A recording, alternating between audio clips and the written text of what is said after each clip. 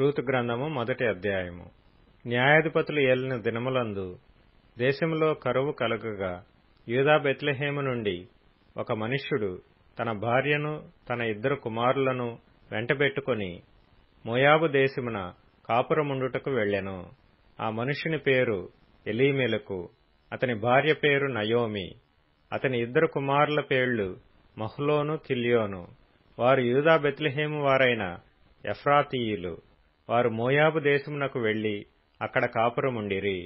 Naomi పెనిమిటి అయిన ఎలీమెలకు చనిపోయిన తరువాత ఆమెయు ఆమె 2 కుమారులను నిలిచియుండిరి. వారు మోయాబు స్త్రీలను పెండ్లి చేసుకొనిరి. వారిలో ఒక దాని పేరు ఓర్పా, రెండవ దాని పేరు రూతు. వారు ఇంచుమించు 10 సంవత్సరములు అక్కడ నివసించిన తరువాత మహ్లోను, కిల్యోనను 2 చనిపోయిరి.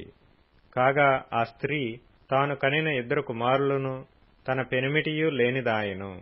వారికి ఆహారమిచ్చుటకు యెహోవా తన జనులను దర్శించునని ఆమె మోయాబు దేశములో వినెను గనుక మోయాబు దేశము విడిచి వెళ్ళుటకై ఆమెయు ఆమె కోడండ్రును ప్రయాణమైరి.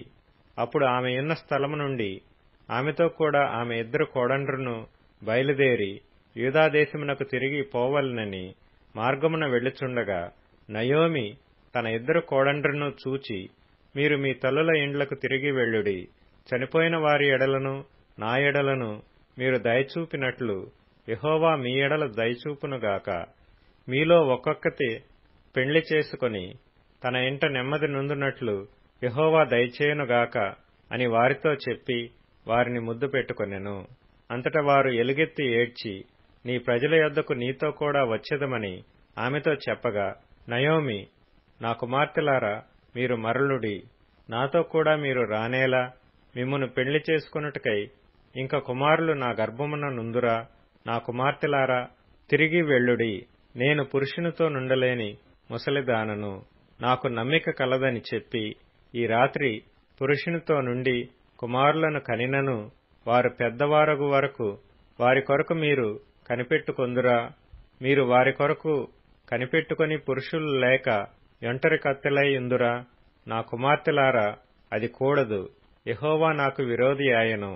అది మిమ్మును నొప్పించినంతకంటే నన్ను మరి ఎక్కువగా నొప్పించినదని వారితో చెప్పెను.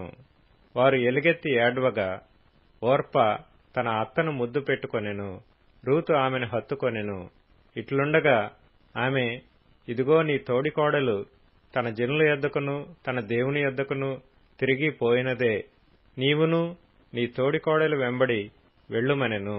అందుకు రూతు, నా వెంబడి రావద్దనియు నన్ను విడిచిపెట్టమనియు నన్ను బ్రతిమాలు కొనవద్దు.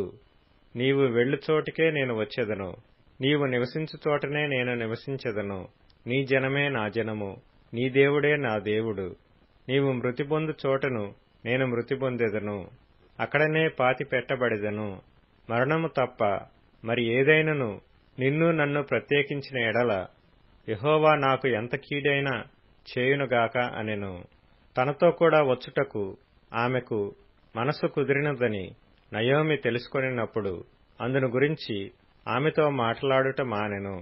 గనుక వారిద్దరూ బెత్లెహేమునకు వచ్చు వరకు ప్రయాణము చేసిరి. వారు బెత్లెహేమునకు వచ్చినప్పుడు ఆ ఊరి వారందరూ వారి యొద్దకు గుంపు కూడి వచ్చి, ఈమె నయోమి గదా అని అనుకొనుచుండగా ఆమె, సర్వశక్తుడు నాకు చాలా దుఃఖము కలుగజేసెను గనుక నన్ను నయోమి అనక మారా అనుడి.